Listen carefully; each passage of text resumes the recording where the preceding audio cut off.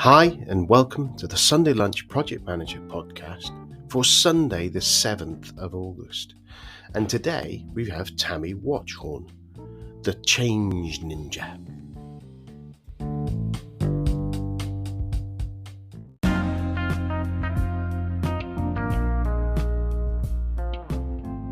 So this week we are again supported by Tamplo.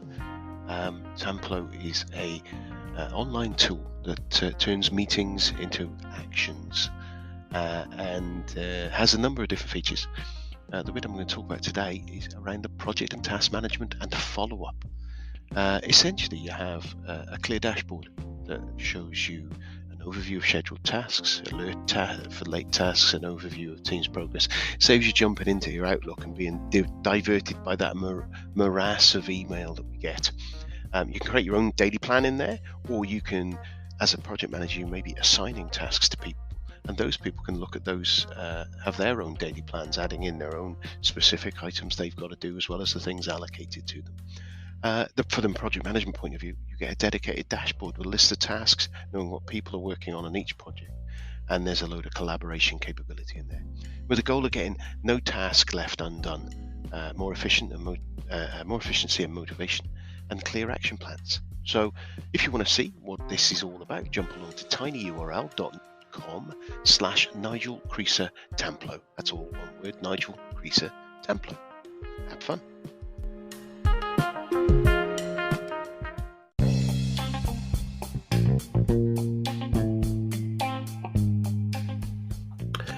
Well, these weeks seem to be scooting along really quick.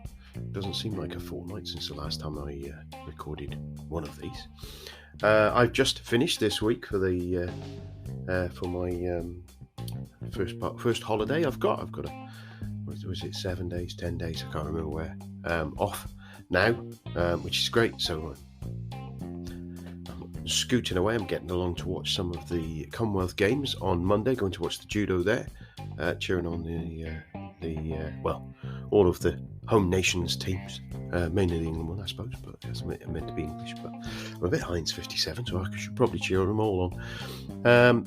So I'm really looking forward to that, and looking forward to spending some time away with the family and chilling out for a few weeks, which I think is, as project managers, is so important for us to disconnect. So I'm locking laptops in cupboards and not taking them with me, and kind of being present, for want of a better word.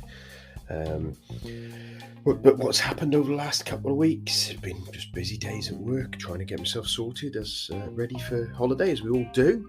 Always find that last day before holiday you feel even more productive than you do the rest of the time. And I just received recently a copy of Tammy's book, Dr Tammy Watchorn, who you've got to listen to in a minute, the Change Ninja handbook. So I may take that along with me, and that will be part of my summer reading. And just a little note for your diary on that.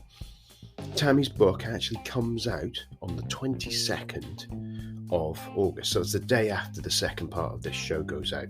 So there's a good chance you'll miss it in there. I think she's got it on a special offer of 99 pence on that day. And what she is asking is if people can just maybe focus on, say, 10 o'clock, I think it is, and buy it around then. And that'll help with visibility and for it to be, for people to see how well it's doing. And to be honest, at 99p, that's an absolute bargain. I've got a physical copy, but the 99p digital one on Amazon I'm going to grab as well. There'll be links in the show notes, so or just pop along to the shop and you'll be able to grab it there. But like I urge you, put it in your calendar, little warning to go and grab it on the 22nd. And yeah, I'm kind of done a couple of prep podcast conversations, which I'm looking forward to in the back end of the year. Those should be great fun. Had some interesting technical challenges in that typically when I'm recording them, I've been using Zoom, which has been great, work, easy, dead simple. Zoom have now implemented, even for the one-to-one conversations, a 40-minute limit. As you know, I'm kind of bootstrapped with this and kind of don't have a lot of cash knocking around to be able to fund the podcast. So I've been looking at alternatives, so I'm probably going to be trying a new product called Riverside FM. So we'll see what that's like after the summer holidays, because now I'm not recording any more podcasts until September time, which is just the way it is, I suppose. Good time to have a bit of a break. So that's it. I'm going to be short and sweet today. Some people say I already am. And I'll let you get listening to the Change Ninja, Dr. Tammy Watchorn.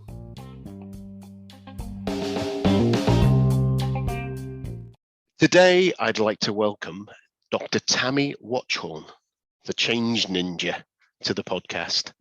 Tammy has a background in project and program management, organisational change and innovation, alongside many years of mentoring, designing and facilitating workshops, events and training using face-to-face and virtual solutions, basically helping individuals and teams be their best.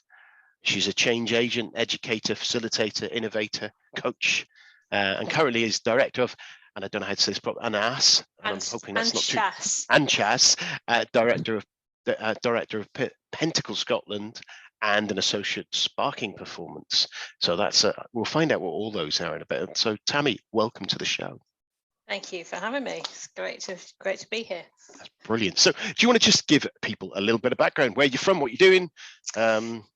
Yeah, so my background is, as you say, lots of project management, big organisational change. I worked in the National Health Service for a long time, and kind of went through the ranks that most people do. First, you do the project management, get into program management, started doing more strategic, and some of the bigger change programs, did all the certification, and sitting in a room for 5 days to pass and get the certificate. And lastly moved into innovation. And my big kind of insight, I think, in that journey, or towards the end, I guess, the last few years, was that all of the change required you to work in different ways with people, because it was all about people. It wasn't about process. It wasn't about getting a certificate. It wasn't about having a risk register. It was about how you navigate the system, which is built around processes that you can't change, but mostly guarded by people. And so I, particularly for innovation, focused all of my efforts and energy on how can we innovate how we work and change how we work together and collaborate to do good stuff, rather than focusing on gadgets and shiny things that might look good, but they're just gadgets and shiny things. Yeah, that sounds fair. And where are you? You're in the UK, obviously, I know that, but whereabouts in the UK are you? I am in Scotland, recently moved out to the country. So I moved from being a city girl into the sticks, and just starting to explore what that's like. Right, I see. That makes a very big difference exploring then from our conversation earlier. It's a big change. It's a big change for a ninja to make. Yeah, that's massive change, massive. Well, it's great to have you on. And obviously, the one thing that we are talking about is your new book that I believe you said is out in August. August called 23rd. That's it, Change Ninja Handbook. Yep. Now, and we've got another bunch of items that we're in what you're doing at the moment. So what's a change ninja? So I had all of these stories of trying to lead and deliver change and take people with me and get other teams leading change. And as I say, it was always really challenging. And what I found was, if you tried to do it down, tried to make change happen using the traditional process and routes, you just got stuck. The health service is just so against risk. It's high on bureaucracy. It's high on governance. It's very hierarchical. So nothing happened. And I kind of realized that to get anything done, you had to stay a little bit under the radar, focus on people and individuals, working out who you need to get on board and shifting that. And I started to get some traction and started to really shift things. I introduced things like Cube, which is Cube with a Q, which was a virtual way of working way before COVID and lockdown. And it completely changed how I worked. I think you've had Eddie Obang on the show before. So I started working with Eddie, and it was just completely transformed. It really innovated how we worked. We started being more productive, we were more efficient, we had more fun, we were doing proper collaboration. We were getting more time back to do more value-added stuff. I actually got rid of email in the health service, which nobody believes me, but I managed to get rid of my inbox pretty much because we just started working in a different way, but we had to keep it. It couldn't go up at a senior level. It couldn't be a big rollout thing. So it was done where it was needed and people got interested, and kind of creating that community of other change ninjas. Delivering the results, but not boasting about how we'd done it or bragging about the ways of doing it, and just getting it in that ninja way, and other people would often take credit for it, which was fine. Find somebody who will own this at a senior level and talk about it. You can get much more done. So I had all of these stories. They're quite funny because we go into battle every day, quite often in organizations, trying to get things done and trying to understand why those battles were and how to navigate around them. And I wanted to do something funny with them. I wanted to get them out there, but make them kind of teachable moments and learning moments for people in a fun way, which is where the Change Ninja Handbook kind of came from. It's a very interactive, gamified adventure book. It's very different to your typical academic tome of how to make things happen. I like that. I like the idea of that. It's something that it's kind of has scratched the surface of, well, the title of this podcast and my book was around that kind of trying to do something around educating through parody, through stories and things like that on the project management tools and techniques, rather than, as you say, there are some, actually, I think if you look at the academic tomes that are out there, there's some amazing work that's already been done. It's already there. And if that's what you need, there's the PMIs, the APMs, all those organizations invest a lot of time, a lot of money getting those things academically right. Yeah. And that's brilliant, and they should work. But the problem is as you kind of alluded to there, once you put some squishy humans in, and they're different drivers, different backgrounds, different experience, different cultures, that's when you have to adapt things to be able to get stuff done, and whether it's with your team or your stakeholders. And it can be frustrating, can't it, where you think, why aren't those people doing what I need them to do? It's obvious to me. But being able to understand what they're saying, what their point of view, and what's their, I think you mentioned risk earlier. That risk aversion is I found is the biggest resistance to change, whether that be me putting in an IT system and having to convince the life service people who are taking it to run, convincing them that and understanding that actually me doing this to them may cause them to be working at the weekend and away from their family. Therefore, why should they take that risk unless I've got a way of fixing it if it goes wrong? Yeah, and I think that's really important, because I think quite often the risk aversion isn't real risk aversion. It's just something that person, they've got a reason for not wanting to do a particular thing. Yeah. And so the old idea of the change ninja is trying to understand why and finding ways to shift them so that they can see the value of what it is you're trying to do. And so really working on individual by individual basis, which sounds like it's quite time consuming, but if you can get those people on board really early, you can make up speed, you make up progress so quickly. You'll get things out there and they'll champion it. So really investing in understanding individuals and their perspectives and approaching things from there, putting yourself, and this really tacky saying, putting yourself in their shoes, but really trying to understand what it is that would shift their thinking so that it's a positive for them.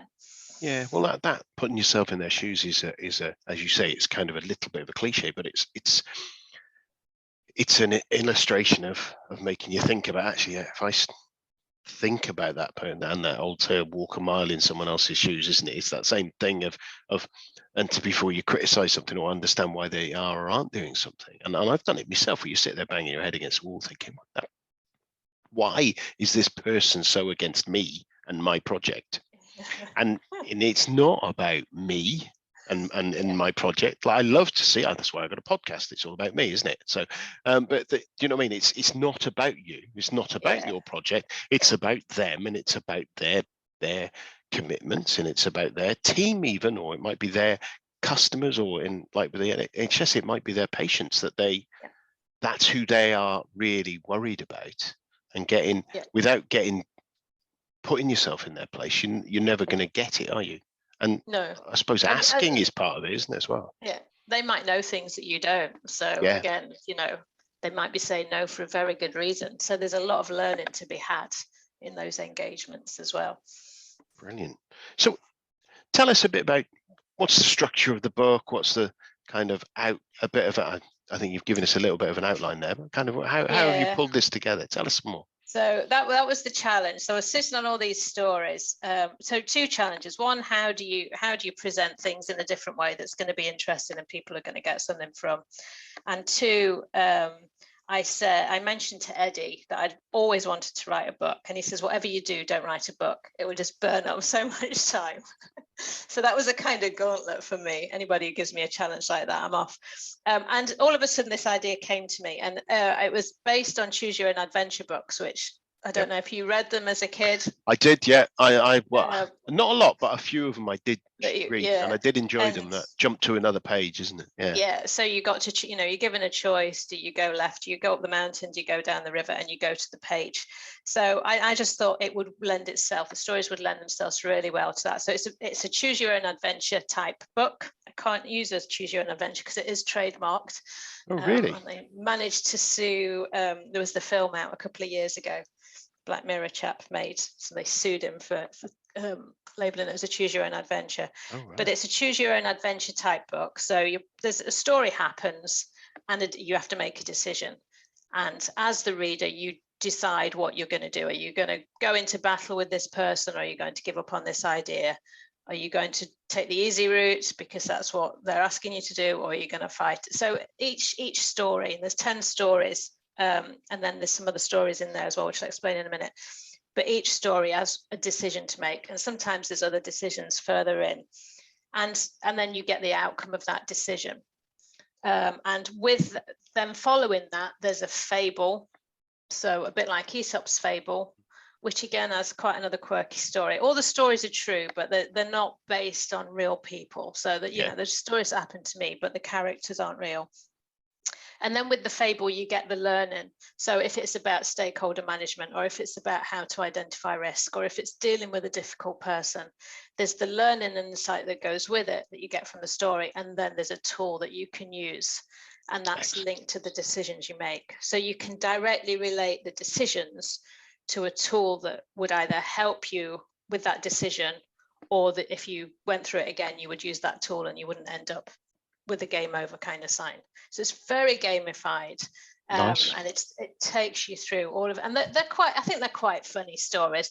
They're quite, they're individual stories in that they happen to me, but they're all quite common. They're the kind of things that we've all experienced. So I think it's very relatable. And then as I say, there's a bunch of tools that you can then go away and use and have the story to kind of apply to. So you could work out in this situation, what would I do next and how would I go about doing it? So it's not a heavy tome. It's meant to be lighthearted and fun with the learning and the tools. Yeah.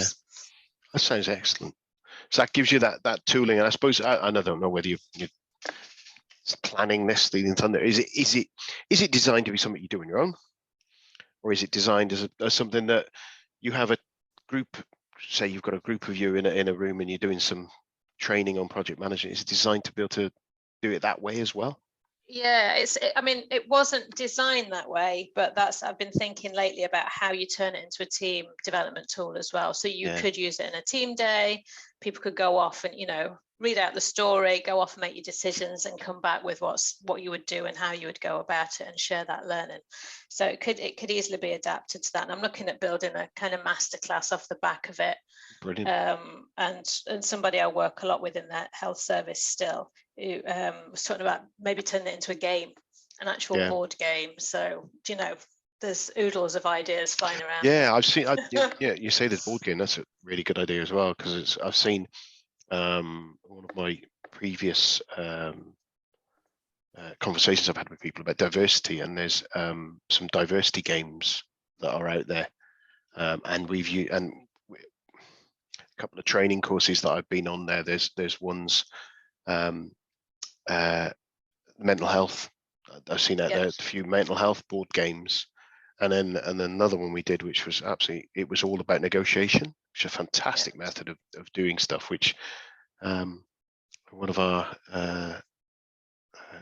senior members of the organisation, senior project people, they play a godlike priest figure that allocates stones to gods and things. It's all very thing, and then you go in there and you're trying to deal with this, and you inevitably fail, but when you play the end of the session and you go through it and they explain, right, when you did this, you were doing this, this, and this in your negotiation. You've given up your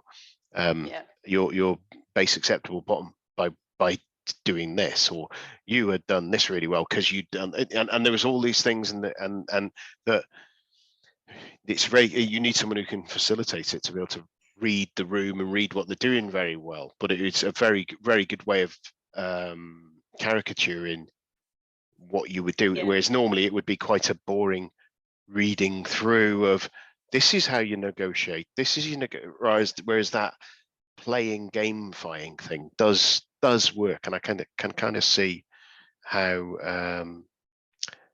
I've currently got this image of, obviously with Cube and the stuff that you guys are there. I can see someone doing this session in Cube as well. That's one of the other ideas.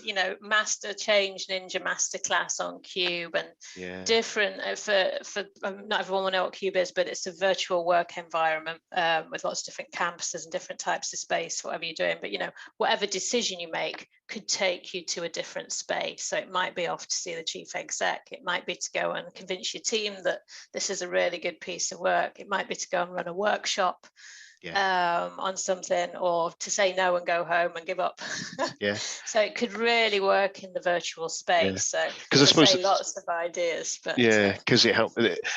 I don't, maybe from your point of view, it sounded like from what you were saying there, a lot of your experience was in, and I imagine with the scale of organisation you had with the NHS, that a lot of the work was matrixed and very virtualised.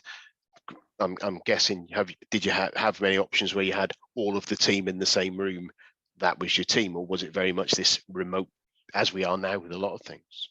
So traditionally, and I'd say still probably in the main, pre-COVID, it was trying to get everyone in the room, which again made it impossible to do anything.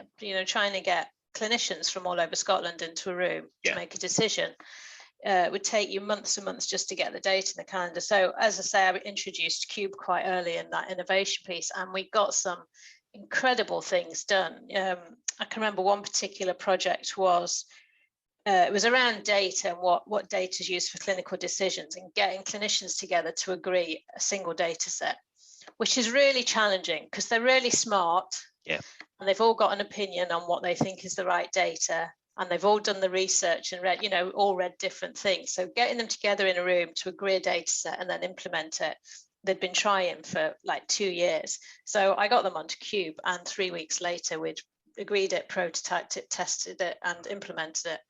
And we did it after surgery because these were surgeons, so we did it at the end of the day. So we weren't trying to get them out of, they were still able to do their job. They'd washed up, they'd got a cup of tea, we did it at 6 o'clock, just met for an hour a week, and we just got on with it. Because a Cube creates this very level playing field. It's a really good way to get rid of the hierarchy and strip out some of those opinions that, that can get in the way. I'm not saying people can still have opinions, but there's that thing that happens when you get people together in a room. Why do you think it is that things like Cube and potentially things, I suppose, you look at the metaverse on its way there, and I know the Cube is kind of a prequel to that in my view in some ways, but it's a betterverse. Betterverse. So why do you think it does that? Why do you think it makes that I think the barriers go away? Yeah, I think some of it is you're not on camera, there's none of the visuals, there's none of the posturing that goes on. People relax into the space really quickly. It's quite hard to explain. You kind of have to experience it. But you're all these little kind of chunky Cubots, we call them. You don't look like humans. You're really listening intently. We've got ways of working so people aren't talking over each other. We write on sticky notes before we talk, so everyone gets to put their opinion up.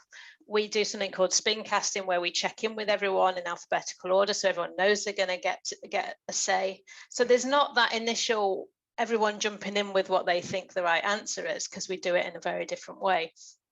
And I think it just creates, because everyone looks the same and everyone's got a smile on the face, it just creates a really nice environment, and people just get on with it. And because everybody, that's the thing, everybody wants the good result. They're not disagreeing because they want a bad outcome. Yeah.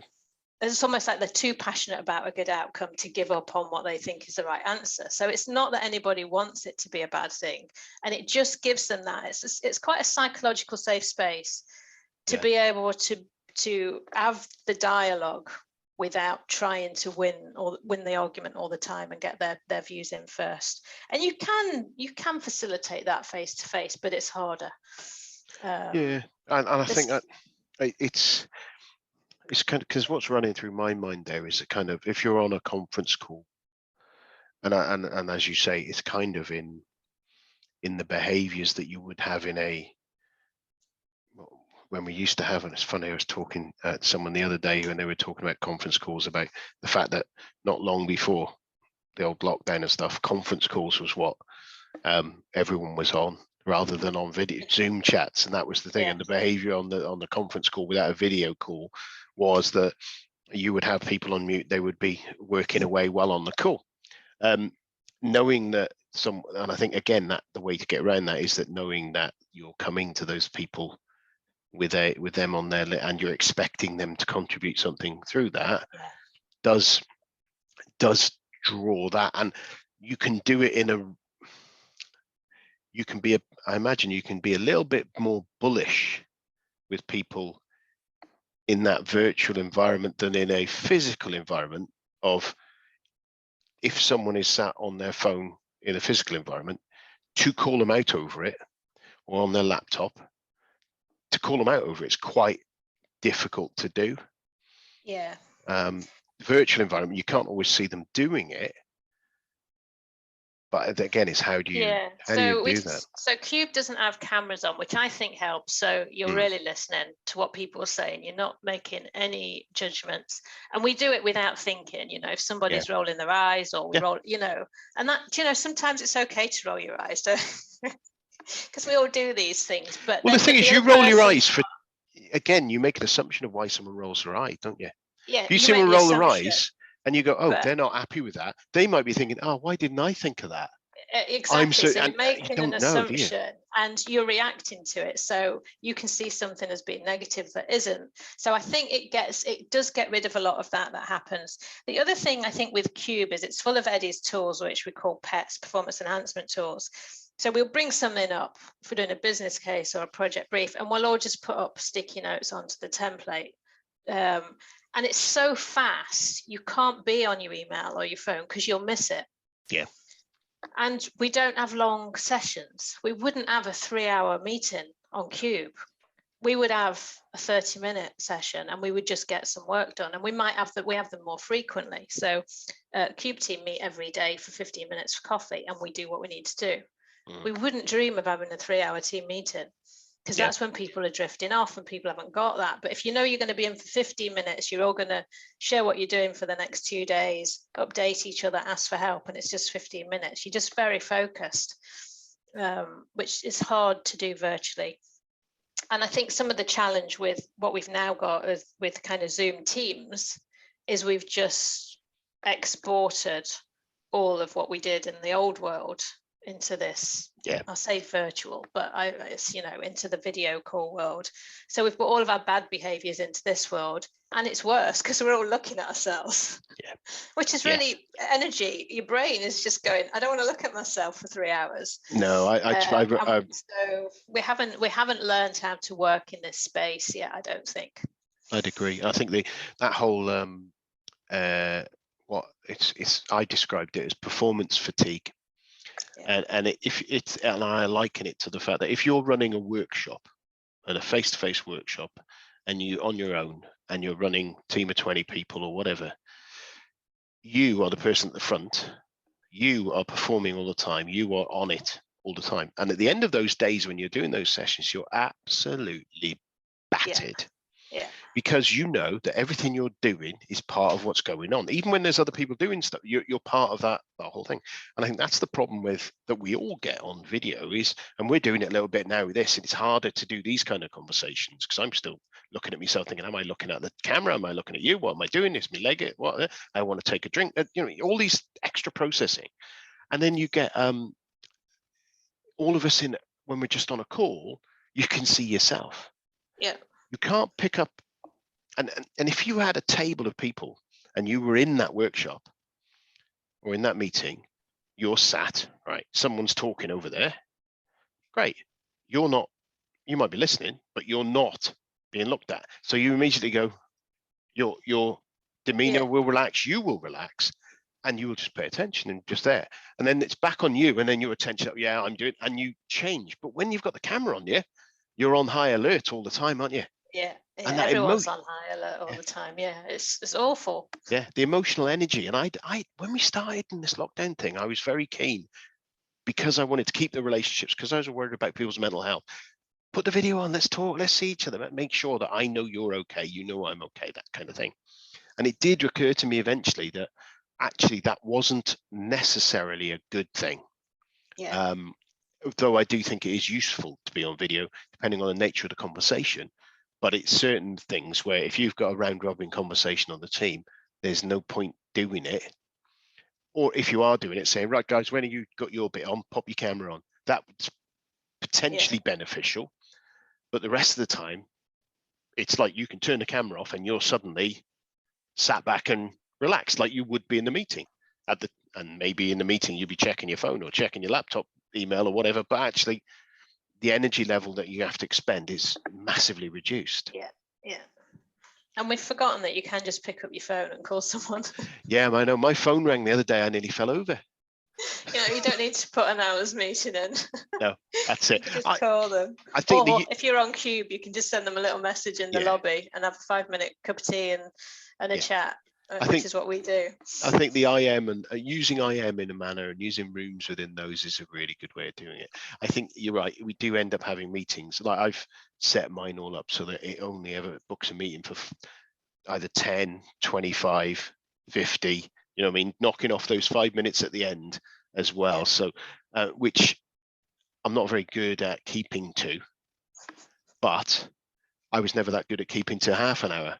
Do you know what I mean? It was always going to go to 35 minutes. So now if I'm aiming at 25 and I'm ending up at 30, we're still getting an improvement. Yeah. But I've my diary now, I've changed it to being every 15 minutes as the breakdown on it so I can see where those slots are and try to do that. But then that does the smaller things can, a lot of context switching I find can be quite tiring as well. Context switching. So if you're going back-to-back meetings, switching from one project to another, you're not going to have time or energy to do any of the actual work. No, and that's it. I blocking out time and having breaks and things like that. I think it's something that I think we do it when you're in an office, when you're sat with a bunch of people. Someone starts talking about last night's football, or last night's Bake Off, or last night's Love Island. You have a break because you talk to someone about it. You have to escape the chat. Yeah. You either got to go or you're going to join in. Either way. You have a mental break, don't you? Yeah, it's not as intense. Yeah, and whereas when you're at home, that bang to bang to bang to bang to bang, and I found that even at the end of the day, I used to have a commute, and I hit the situation where I step out of my door into being dad and being husband straight away, and I never had that break. And I think when you'd had a day of bang, bang, bang, bang, bang, bang, bang, bang, bang, and it broke me, to be quite frank. Listeners will know. And I got to the point where I decided, right now, since getting back into work again, it's a case of going, right, I'm not getting burnt through the day. If I've got a day that looks like I'm going to be hammered, I do something about it now. Yeah. It's interesting because I was kind of observing all of that during the kind of first lockdown. and seeing, what was happening. I'd been working remotely for probably 3 or 4 years, so it was the same for me, and I'd started working for myself as well.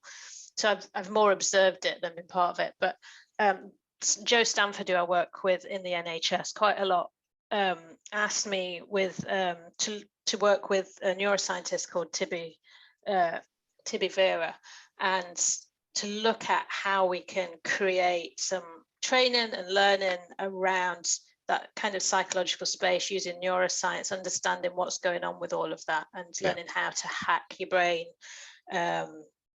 and do various things. And we've introduced that into parts of the NHS, and we're just getting such good feedback from it. You can just kind of hear a real switch in people. Again, it's a very practical hands-on thing. We use Lego Series Play quite a lot for it, which allows you to really tap into what's going on. So here's a scenario, build it. What do you feel? And as soon as you connect the feelings to what's going on consciously in your brain, you can start to shift that. And it's just been amazing to see this. The best way to learn is insights. We talked earlier about the gamifying things. You'll get your insights if you have a go at it, which is the only way really you can learn and make real change happen for yourself. So being able to apply real life scenarios and building it and understanding physically what's going on, emotionally what's going on, mentally what's going on, to shift that. And I think we're going to see a lot more of that kind of thing in the next couple of years, because you say there's the burnout, there's people wanting to go back to the office so they can have that commute. I mean, who wants a commute, really? I know that. Sit in traffic for 40 minutes just so you can do that switch between. So we need to really, I think, put a lot of time and effort into this. Otherwise, people are going to be really, really affected in the next couple of years with burnout and their well-being. Well, it's goodbye from me, Nigel Creaser, and it's goodbye from him, the Sunday Lunch PM. Goodbye.